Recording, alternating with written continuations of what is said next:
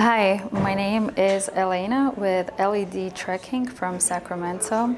We have an office staff of 8 people and about 35 drivers.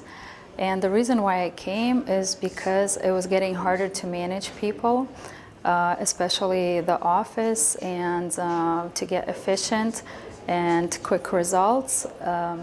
So I knew I needed a system, and I wasn't able to put a format to everything. So once I've heard about Vysotsky Consulting, I got very interested in it, and I came out here to New York, and I'm extremely happy that my ideas were actually not crazy, but people also think like me, even though it came organically to my mind. And so now I have some formula and a design of how a company should be running, and I can start implementing it with my staff.